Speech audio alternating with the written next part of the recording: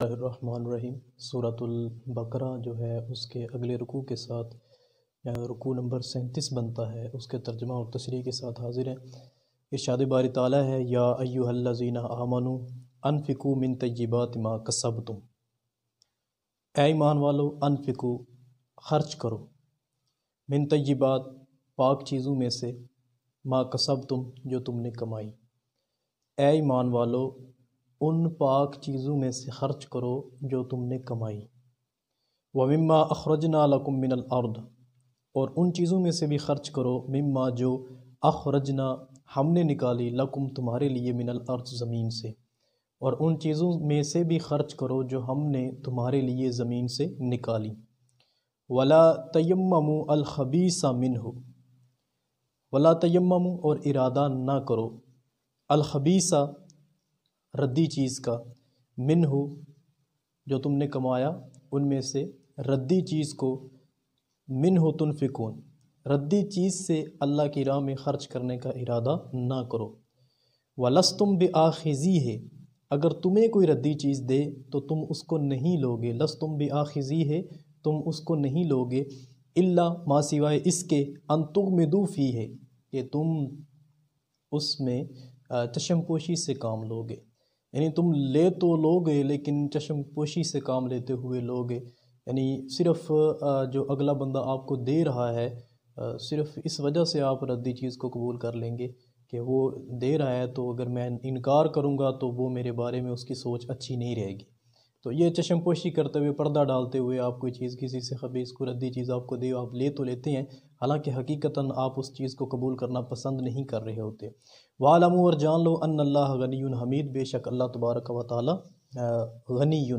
غنی ہے، حمید اور ہر تعریف کے لائق ہے۔ تو یہ جو آیت کریمہ ہے، پیچھے عنوان چل رہا ہے انفاق فی سبیل اللہ کا، تو اس آیت کریمہ کے اندر بھی انفاق فی سبیل اللہ کی بات ہو رہی ہے، اور یہاں پر پاک چیزوں میں سے اللہ کی راہ میں خرچ کرنے کا حکم دیا گیا ہے۔ اب طیبات سے مراد کون سی چیزیں ہیں؟ کاپی پنسل پاس رکھا کریں، یہ طیبات کی ڈیفینیشن ہے، یہ نوٹ کر لیں، یعنی پاک چیزوں میں کون سی چیزیں شامل ہو سکتی ہیں۔ طیبات سے مراد وہ چیزیں ہیں جو عمدہ بھی ہوں، حلال بھی ہوں، اور حلال طریقے سے کمائی بھی گئی ہوں، یعنی یہ تین چیزیں ہیں طیبات کے اندر۔ پہلی چیز کون سی ہے؟ وہ چیزیں عمدہ ہوں، حلال بھی ہوں، اور حلال طریقے سے کمائی بھی گئی ہوں، یہ نہیں صرف خود حلال ہوں، ان کو کمایا بھی حلال طریقے سے گیا ہو، ٹھیک ہے جی۔ تو اب اگر ایسی چیز بندہ اللہ کی راہ میں خرچ کرے گا، کیسی چیز؟ جو عمدہ بھی ہو، حلال بھی ہو، اور حلال طریقے سے کمائی بھی گئی ہو، تو اس سے خرچ کے تین مقاصد ہمارے سامنے آتے ہیں، یعنی اللہ کی راہ میں چیز خرچ کرنے کے تین مقاصد ہمارے سامنے آتے ہیں، اور وہ تین مقاصد کون سے ہیں؟ سب سے پہلا مقصد ہے کہ غریب کا فائدہ ہو، یعنی عمدہ چیز۔ تعریف میں پہلی چیز، تین چیزیں جو ہیں ان کو ترتیب سے ذہن میں لے آئیں، اور مقصد حاصل ہونے والے وہ بھی تینوں مقاصد بھی ترتیب سے ذہن میں لے آئیں کہ اگر عمدہ چیز ہوگی تو غریب کا فائدہ ہوگا، ٹھیک ہے، اور اگر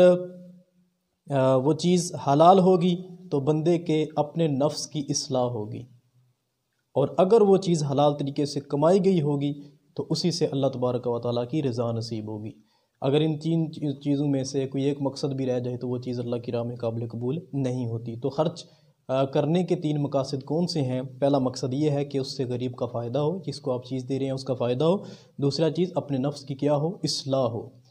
تو نفس کی اصلاح تبھی ہوگی جب وہ چیز حلال ہوگی۔ اور تیسری چیز کیا ہے؟ اللہ تبارک و تعالیٰ کی رضا، اور اللہ کی رضا کب حاصل ہوگی؟ جب وہ چیز حلال طریقے سے کمائی گئی ہوگی۔ اچھا، اسی آیت کریمہ کے اندر جو دوسری چیز ہے کہ وہ ردی چیز اللہ کی راہ میں خرچ نہ کرنے کا حکم دیا گیا، تو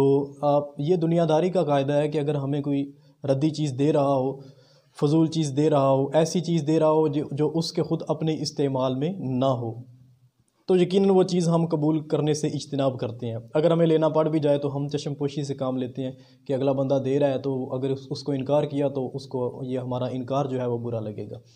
تو ہم ردی چیز کو جیسے اپنے لیے پسند نہیں کرتے، اس لیے ہم ردی چیز کو اگر اللہ کی راہ میں خرچ کریں گے تو اللہ تبارک و تعالیٰ بھی ہماری ردی چیز کو شرف قبولیت نہیں بخشے گا۔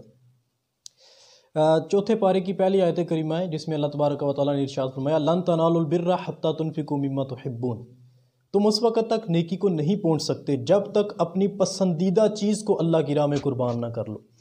سب سے پیاری چیز اللہ کی راہ میں جب تک قربان نہ کی جائے اس وقت تک بندہ نیکی کو نہیں پہنچ سکتا۔ تو ہمارے ہاں ایک بڑا ایک غلط کنسپٹ ہے، وہ یہ ہے کہ ہم جو چیز بکثرت استعمال کرتے ہیں اور اتنی استعمال کرتے ہیں کہ وہ استعمال کرنے کے لائق نہیں رہتی، ہم وہ چیز اٹھا کے اس کو صدقہ کر دیتے ہیں یا کسی غریب کی مدد کر دیتے ہیں۔ بھائی جو چیز ہمارے اپنے جو مقصد ہے اس چیز کو استعمال کرنے کا وہ پورا نہیں کر رہی، کپڑے ہیں ان کا مقصد تن کو ڈھانپنا ہے،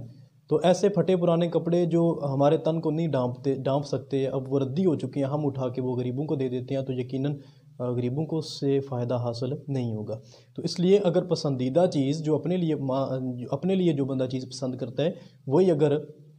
دوسرے کے لیے پسند کی جائے تو ہی دوسرے بندے کو اس چیز کا صدقے کرنے کا فائدہ ہوگا۔ اسی طرح قربانی کے بارے میں اللہ تبارک و تعالیٰ نے ارشاد فرمایا لَن يَنَالَ اللَّهُ لُحُومُهَا وَلَا دِمَاؤُهَا وَلَٰكِن يَنَالُهُ التَّقْوَىٰ مِنكُمْ، کہ اللہ کی بارگاہ میں نہ تمہاری قربانیوں کا خون پہنچتا ہے نہ تمہاری قربانیوں کا گوشت پہنچتا ہے، وَلَٰكِن يَنَالُهُ التَّقْوَىٰ مِنكُمْ، اللہ تک اگر کوئی چیز پہنچتی ہے تو وہ تمہارا تقویٰ پہنچتا ہے۔ یعنی اللہ کو ہماری جناب سے تقویٰ کی ضرورت ہے، نہ کہ وہ گھٹیا قسم کی چیز اللہ کی راہ میں صدقہ کر دی جائے۔ تو یقیناً جب گھٹیا چیز اللہ کی راہ میں قربان کریں گے تو اس سے ہمیں کوئی فائدہ حاصل نہیں ہوگا۔ تو اس کی ایک مثال ہمیں حدیث میں بھی ملتی ہے کہ اپنے لیے جو چیز پسند کریں وہی دوسرے کو صدقے کے طور پر دینی چاہیے۔ کہ گو کا گوشت جو ہے وہ نبی کریم علیہ السلام آپ کے سامنے لایا گیا، تو آپ نبی کریم علیہ السلام نے اس کو ناپسند فرمایا، لیکن خود نہیں کھایا اور کسی کو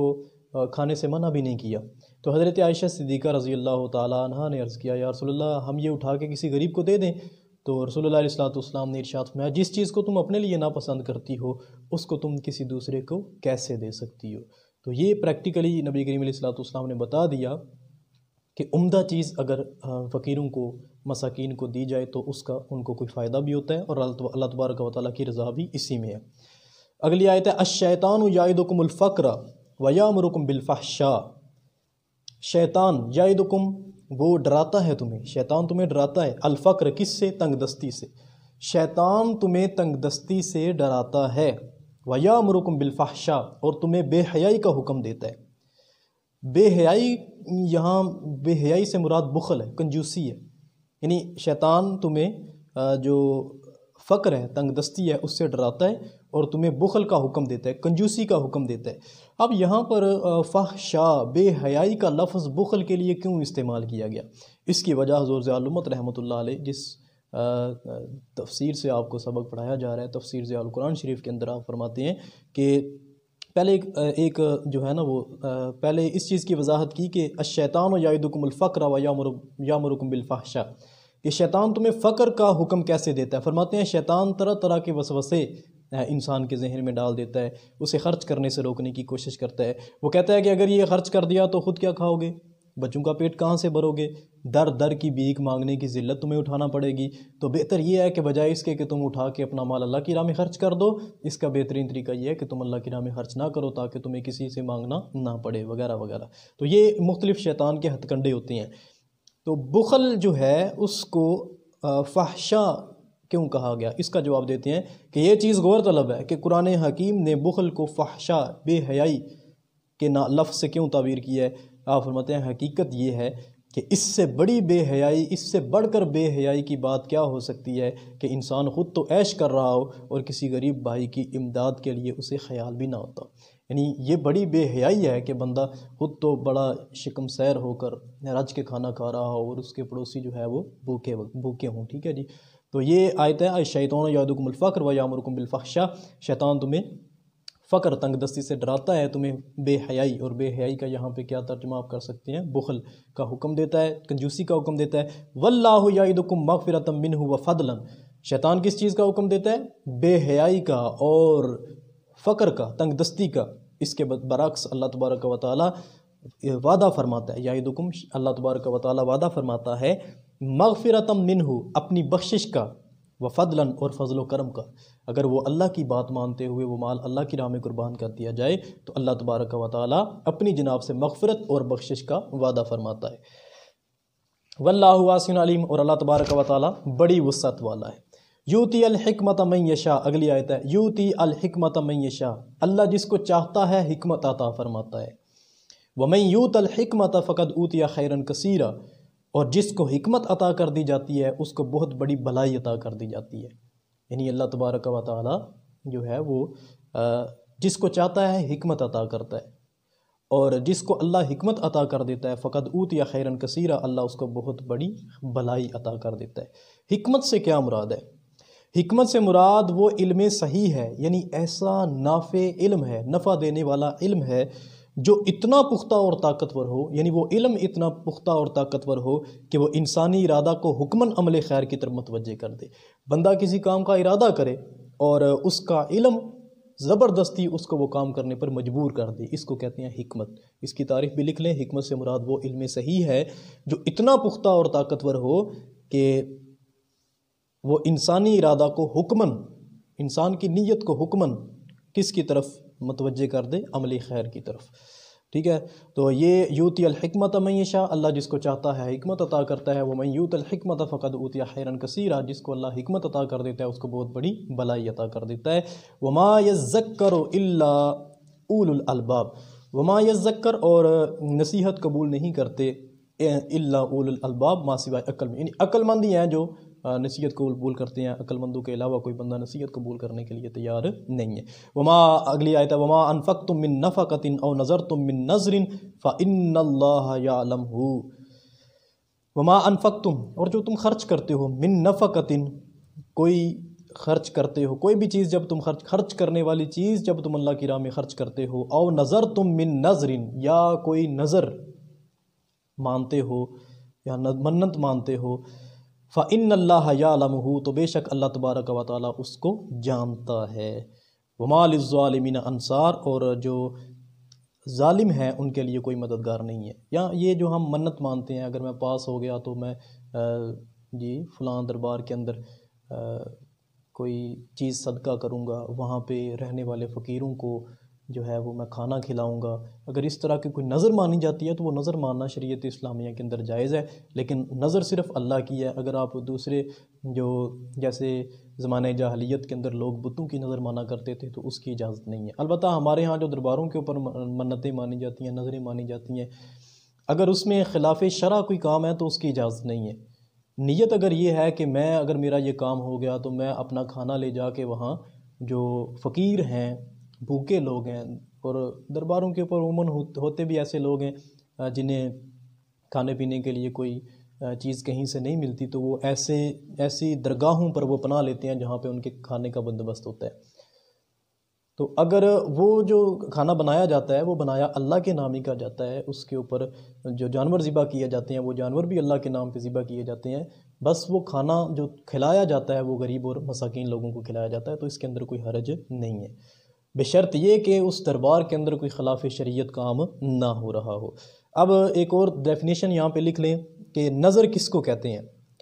دیکھ، نظر کسی ایسی عبادت کو اپنے اوپر لازم کر لینے کو کہتے ہیں اگر وہ عبادت یہ خود اپنے اوپر واجب نہ کرے تو وہ عبادت اس پر لازم نہیں، یعنی میرے اوپر لازم نہیں ہے کہ میں کسی دربار کے جا کے وہاں پہ فقیروں کو کھانا کھلاؤں، لیکن میں اگر خود اس کو اپنے اوپر لازم کر لیتا ہوں کہ اگر میرے نمبر اچھے آ گئے تو میں دربار کے اوپر جو فقیر ہیں ان کو کھانا کھلاؤں گا، تو اب میرے لیے یہ پہلے میرے اوپر واجب نہیں تھا کھانا کھلانا، اب اگر میرا وہ کام ہو جاتا ہے تو میں نے اس کو خود اپنے اوپر لازم کیا ہے، اب میرے لیے ادا کرنا واجب ہے۔ تو ایسی عبادت جس کو بندہ خود اپنے اوپر واجب کر لیتا ہے، وہ واجب جو ہے وہ خود کرنے سے پہلے اس کے اوپر وہ چیز واجب نہیں تھی، تو اس کو کیا کہتے ہیں؟ نظر ماننا۔ ٹھیک ہے، یہ اس کی تعریف میں ایک دفعہ پھر پڑھ رہا ہوں، آپ لکھ رہے ہیں نظر کسی ایسی عبادت کو اپنے اوپر لازم کر لینے کو کہتے ہیں کہ اگر وہ عبادت یہ خود اپنے اوپر واجب نہ کرے تو وہ عبادت اس پر لازم نہیں ہوتی۔ تو اس کی یہی تشریح ہے، وما انفقتم من نفقۃ او نذرتم من نذر فإن اللہ یعلمہ، جو تم خرچ کرتے ہو یا اللہ کی راہ میں کوئی منت مانتے ہو تو اللہ تبارک و تعالیٰ اس کو جانتا ہے۔ وما للظالمین انصار، اور ظالموں کے لیے کوئی اللہ تبارک و تعالیٰ کی ذات مددگار نہیں ہے۔ ان تبدوا الصدقات فنعما ہی،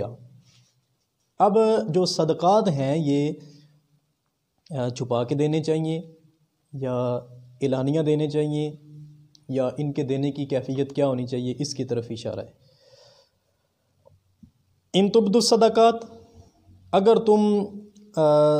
ظاہر کرو اپنی خیرات کو، تبدو ظاہر کرنا، اگر تم جو صدقہ اور خیرات اللہ کی راہ میں دے رہے ہو اس کو تم ظاہر کر دو، فَنَعِمَّا هِيَ، تو یہ بڑی اچھی بات ہے، وَإِن تُخْفُوهَا، اور اگر تم اس کو پوشیدہ رکھو،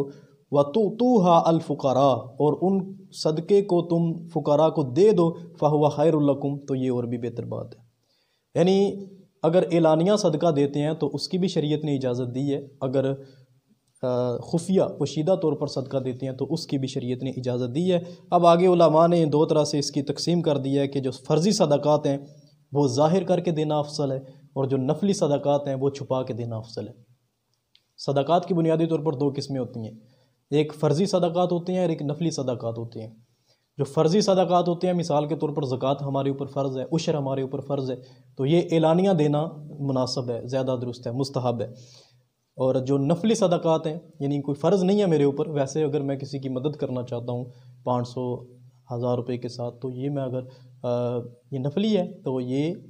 چوری چپ کے آرام سے کسی کی مدد کر دینا، یہ اس کی طرف اشارہ ہے۔ یعنی جو فرضی صدقات ہیں وہ اعلانیہ دینا جائز ہے، اور جو نفلی صدقات ہیں وہ خاموشی کے ساتھ خفیہ طور پر دینا یہ پسندیدہ عمل ہے۔ ایک حضرت علی رضی اللہ تعالی عنہ کے بارے میں بھی ایک بات منقول ہے کہ آپ جو، بلکہ یہ ایک حدیث مبارکہ ہے، نبی کریم علیہ الصلوۃ والسلام نے ارشاد فرمایا، اللہ تبارک و تعالی قیامت والے دن اس شخص کو اپنا جو عرش کا سایہ ہے اس شخص کو نصیب کرے گا جو دائیں ہاتھ سے صدقہ دے اور اس کے بائیں ہاتھ کو خبر نہ ہو، یعنی اتنی رازداری کے ساتھ وہ صدقہ دے کہ دائیں ہاتھ کے ساتھ اس نے کسی کو صدقہ دیا اور بائیں ہاتھ اس کے بائیں ہاتھ کو خبر نہیں ہوئی۔ ٹھیک ہے جی، تو یہ کس کی تشریح ہم پڑھ رہے تھے؟ ان تبدوا الصدقات فنعما ہی، اگر تم صدقات کو ظاہر کرتے ہو تو یہ بڑی اچھی بات ہے، اگر اس کو چھپا کے رکھتے ہو تو یہ اور بھی اچھی بات ہے۔ وَتُؤْتُوهُ الْفُقَرَاءَ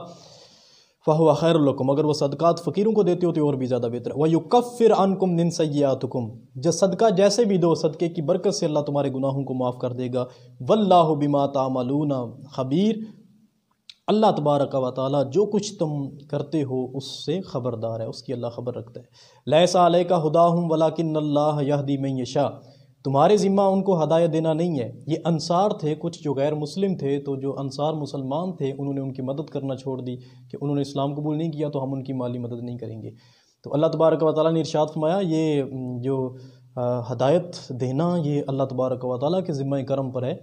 ایسا نہیں کہ انہوں نے اسلام قبول نہیں کیا تو آپ جو ہے وہ ان کی مدد کرنا چھوڑ دیں۔ لیس علیک ہداہم، ان کو ہدایت دینا یہ تمہارے ذمہ کرم پر نہیں ہے، یہ اللہ جس کو چاہتا ہے ہدایت دیتا ہے۔ یعنی اس میں اس بات کی طرف اشارہ ہے کہ غیر مسلموں کو مسلمان صدقات دے سکتے ہیں، لیکن یہاں بھی ایک تقسیم ذہن میں رکھیں، جو ہمارے فرض صدقات جو فرض ہیں نا، فرضی صدقات، وہ ہم مسلمانوں کو ہی دیں گے، البتہ جو نفلی صدقات ہیں وہ ہم غیر مسلم کو بھی دے سکتے ہیں۔ ایک تقسیم یہ بھی ذہن میں رکھ لیں۔ وَمَا تُنْفِقُوا مِنْ خَيْرٍ فَلِأَنفُسِكُمْ، جو کچھ بھی تم خرچ کرتے ہو اپنی ذاتوں کے لیے خرچ کرتے ہو۔ وَمَا تُنْفِقُونَ إِلَّا ابْتِغَاءَ وَجْهِ اللَّهِ، اور جو تم خرچ نہیں کرتے ماں سوائے اللہ کی رضا کے لیے۔ وَمَا تُنْفِقُوا مِنْ خَيْرٍ يُوَفَّى إِلَيْكُمْ وَأَنْتُمْ لَا تُظْلَمُونَ، جو کچھ تم خرچ کرو گے من خیرن اچھائی میں سے، یوفا الیکم تمہیں اس کا پورا پورا بدلہ دیا جائے گا، وانتم لا تظلمون اور تمہارے اوپر ظلم نہیں کیا جائے گا۔ للفقراء، اب جو صدقات ہیں ان کے جو مصرف ہیں وہ کون کون سے ہیں؟ جو زکوٰۃ وغیرہ کے مصارف ہیں ان میں سے ایک مصرف جو ہے وہ فقیر ہیں جو دین کی خدمت پر مامور ہیں اور انہیں اپنا رزق تلاش کرنے کی فرصت نہیں ہے۔ دیکھیں، للفقراء جو صدقات ہیں یہ ایسے فقیروں کے لیے ہیں، الذین احصروا فی سبیل اللہ، جنہیں جو روکے گئے ہیں اللہ کی راہ میں، لا یستطیعون ضربا فی الارض، وہ زمین میں چلنے کی استطاعت نہیں رکھتے، یحسبہم الجاہل اغنیاء، جو جاہل ناواقف لوگ ہیں وہ ان کو غنی سمجھتے ہیں، من التعفف، ان کے سوال نہ کرنے کی وجہ سے۔ یعنی بعض لوگ ایسے ہوتے ہیں جو سوال کرتے ہوئے جھجک محسوس کرتے ہیں لیکن وہ بھی حقیقتاً جو مستحق ہوتے ہیں۔ تو یہ آیت کریمہ بعض لوگ کہتے ہیں کہ یہ، بلکہ ترجمہ پہلے من تعرفہم بسیماہم، تم ان کو اپنے جو ان کے چہرے ہیں نا ان کے ساتھ پہچان لوگے، یہ آیت کریمہ نازل ہوئی تھی اصحاب صفا کے بارے میں کہ وہ حضور علیہ الصلوۃ والسلام کی بارگاہ میں موجود رہتے تھے، وہاں درس حدیث کا کام کرتے، تو وہ ہوتے مستحق تھے لیکن وہ کسی سے سوال نہیں کرتے تھے، تو جو ناواقف لوگ تھے انہوں نے سمجھا کہ یہ شاید غنی ہیں، اس لیے یہ کسی سے سوال نہیں کرتے۔ لا یسألون الناس الحافا، یہ لوگوں سے لپٹ لپٹ کر نہیں مانگتے۔ وما تنفقوا من خیر فإن اللہ بہ علیم، جو کچھ تم خرچ کرتے ہو اللہ تبارک و تعالیٰ اس کو جاننے والا ہے۔ یہ رکوع آپ کا ترجمہ پورا ہو گیا، صرف ایک چیز کی میں نے وضاحت کرنی ہے، لا یسألون الناس الحافا، کہ مانگنے، یہ جو لوگ ہیں یہ لوگوں سے لپٹ لپٹ کر نہیں مانگتے۔ یہاں پر ایک جو بھیک مانگنا اس کی ممانعت ہے کہ بھیک نہیں مانگنی چاہیے۔ حضرت ابو ہریرہ رضی اللہ تعالی عنہ اس حدیث کے راوی یہاں فرماتے ہیں کہ رسول دو عالم صلی اللہ علیہ وآلہ وسلم نے ارشاد فرمایا، اگر کوئی شخص ہر صبح لکڑیاں چن کر پیٹھ پر لائے اور اس کی قیمت سے جو ملے اسے صدقہ بھی کرے، خود بھی کھائے، اس سے بہتر ہے دوسروں کو بھی کھلائے، اس سے بہتر ہے جو لوگوں سے مانگتا پھرے اور کسی کا دل چاہے تو اسے دے اور کسی کا دل چاہے تو اسے نہ دے، خود جا کے لکڑیاں توڑ کے لانا اس کی زیادہ فضیلت ہے۔ لا یسألون الحافا، یہ لوگوں سے لپٹ کر نہیں مانگتے۔ یہ حضور نبی کریم علیہ الصلوۃ والسلام کی حدیث مبارکہ ہے، الید العلیٰ خیر من ید السفلی، کہ دینے والا ہاتھ لینے والے ہاتھ سے بہتر ہے۔ وہ ہاتھ جس سے کسی فقیر کی مدد کی جاتی ہے وہ اس ہاتھ سے بہتر ہے جس کی مدد کی جاتی ہے۔ یہاں پر ایک بڑا خوبصورت واقعہ ہے، دلچسپ، وہ میرے ذہن میں آ رہا ہے، وہ میں آپ کے سامنے رکھنا چاہوں گا کہ ایک ڈاکٹر ہیں، ڈاکٹر ہینا خراسانی، ان کے تھرو یہ بات میرے تک پہنچی، یہ کالم نگار ہیں بڑی معروف، انہوں نے ایک کتاب کا حوالہ دیا ہے تاریخ تصوف، اس میں ایک واقعہ نقل کیا ہے، اور واقعہ یہ ہے کہ حضرت ابراہیم بن ادم اور ایک اور بزرگ ہیں، ان دونوں کا آپس میں واقعہ ہے، غالباً ان کا نام شیخ بلخی رحمۃ اللہ علیہ ہے، تو ان دونوں کی ایک آپس میں بڑی خوبصورت بحث ہوئی۔ یہ اصل میں یہ ایک تاجر تھے جو شفیق بلخی ان کا نام تھا، شفیق بلخی رحمۃ اللہ علیہ یہ ایک تاجر تھے، اور حضرت ابراہیم بن ادم رحمۃ اللہ علیہ آپ کے یہ دوست تھے۔ ایک دفعہ تجارت کی غرض سے جانے لگے تو دل میں یہ خیال پیدا ہوا کہ میں اپنے دوست ابراہیم بن ادم کو مل جاؤں۔ انہیں ملنے کے لیے واپس حاضر ہوئے کہ پتہ نہیں اتنی لمبی میں نے تجارت کے لیے سفر کرنا ہے، پتہ نہیں کب واپس آؤں۔ تھوڑے ہی دن گزرے کہ جو تجارت کا سفر ختم کر کے حضرت شفیق بلخی رحمۃ اللہ علیہ یہ واپس حضرت ابراہیم بن ادم کو ملنے کے لیے آئے، تو آپ نے پوچھا کہ آپ تو تجارت کے سفر پہ گئے تھے، تو کہنے لگے میں کیا بتاؤں، میں نے ایک بڑا عجیب منظر دیکھا ہے، اور وہ منظر دیکھنے کے بعد میں نے تجارت کا جو سفر تھا اس کو ترک کر دیا اور واپس آپ کے پاس آ گیا ہوں۔ تو حضرت ابراہیم بن ادم نے پوچھا وہ بات کیا ہے، تو کہنے لگے کہ میں جب سفر کی تھکاوٹ سے تھک گیا، سفر کی وجہ سے میں تھک گیا، تو میں نے ایک ویران جگہ پر میں نے پڑاؤ کیا، تو وہاں پہ میں نے ایک عجیب بات دیکھی۔ وہ بات یہ تھی کہ ایک معذور پرندہ میں نے دیکھا، بالکل معذور تھا، نہ وہ دیکھ سکتا تھا نہ وہ اڑ سکتا تھا، تو میں سوچ میں پڑ گیا کہ یہ ایک معذور پرندہ ہے، تو اس کو اللہ رزق کیسے دیتا ہوگا، اس کا بھی تو گزر بسر ہو رہا ہے۔ کہتے ہیں کہ میں ابھی اسی سوچ میں گم تھا کہ ایک پرندہ آیا اور اس نے اپنے منہ سے کوئی چیز نکالی اور اس پرندے کے سامنے پھینک دی۔ کہتے ہیں میں بڑا حیران ہوا، وہ بار بار پرندہ آتا اور اس کو کھانا کھلاتا۔ آپ فرماتے ہیں کہ مجھے بڑی حیرانگی ہوئی کہ یہ ایک پرندہ ہے اور بالکل معذور ہے، اللہ نے اس کو بھی رزق سے محروم نہیں رکھا، اس کے رزق پر اللہ نے ایک پرندہ معمور کر دیا ہے۔ آپ فرماتے ہیں کہ میں نے سوچا کہ ایک حیوان ہے اور اس کو اللہ ایسے رزق دے رہا ہے، اور میں ایک انسان ہو کے اپنے رزق کے لیے اتنی دوڑ دھوپ کر رہا ہوں، تجارت کا سفر کر رہا ہوں، دھکے کھا رہا ہوں۔ تو یا حضرت میں وہاں سے واپس آ گیا۔ تو حضرت ابراہیم بن ادم رحمۃ اللہ علیہ نے فرمایا شفیق بلخی تیری اس بات پہ مجھے بہت افسوس ہوا کہ تم نے وہ پرندہ بننا اپنے لیے پسند کیا جو معذور تھا اور دوسروں کے ٹکڑوں پر اپنی زندگی جس کی کٹ رہی تھی، تم نے وہ پرندہ بننا کیوں نہیں پسند کیا جو خود بھی اپنی طاقت سے کماتا، خود بھی کھاتا اپنی تگ و دو سے، اور اپنی تگ و دو سے، اپنی کوشش سے وہ اس پرندے کی بھی مدد کرتا جو کھانے کے لیے تگ و دو کرنے سے بالکل قاصر تھا۔ پھر آپ نے حضرت ابراہیم بن ادم رحمۃ اللہ علیہ نے حضرت شفیق بلخی رحمۃ اللہ علیہ کو ایک حدیث سنائی، اور وہ حدیث ہے الید العلیٰ خیر من ید السفلی، کہ دینے والا ہاتھ، اوپر والا ہاتھ نیچے والے ہاتھ، لینے والے ہاتھ سے بہتر ہے۔ تو یہ ہم اس چیز کا واویلا تو کرتے ہیں کہ غربت ہے، سوال یہ ہے کہ ہم نے خود غربت ختم کرنے کے لیے کتنی کوشش کی ہے۔ وہ احمد فراز کی ایک غزل ہے جس کا ایک شعر ہے، شکوائے ظلمت شب سے تو کہیں بہتر تھا، شکوائے ظلمت شب سے تو کہیں بہتر تھا، اپنے حصے کی کوئی شمع جلاتے جاتے۔ تو ہمیں کوشش کر کے ان لوگوں تک پہنچنا چاہیے، یہ آپ نے پڑھا، لا یسألون الناس الحافا، جو لوگوں سے لپٹ لپٹ کر سوال تو نہیں کرتے لیکن ان کی ضروریات اپنی جگہ پر مسلمہ ہیں، وہ واقعی مستحقین ہیں۔ اور یقیناً جو اصلی مستحقین ہوتے ہیں وہ لوگوں کے سامنے دستے سوال دراز نہیں کرتے، وہ اپنی عزت نفس کے خلاف یہ بات سمجھتے ہیں۔ یہ ہماری ذمہ داری بنتی ہے کہ ایسے لوگوں کو تلاش کریں اور ان کی مدد کریں۔ یہ یحسبہم الجاہل اغنیاء من التعفف، یہ کام نہ ہو کہ وہ مانگ نہیں رہے تو ہم سمجھ لیں کہ وہ شاید بڑے امیر ہیں۔ جو نہیں مانگ رہے ان کو پہچاننا، ان کے چہرے بتا دے، تعرفہم بسیماہم، ان کے چہرے بتا دیتے ہیں کہ یہ واقعی مستحق ہیں۔ تو ہماری یہ کوشش ہونی چاہیے کہ ہماری بستی کے اندر، محلے کے اندر، گاؤں کے اندر ایسے لوگ جو مانگتے نہیں ہیں لیکن ان کے چہرے بتاتے ہیں کہ یہ واقعی مستحقین ہیں، ہمیں ان کی مدد کرنی چاہیے۔ اللہ حافظ۔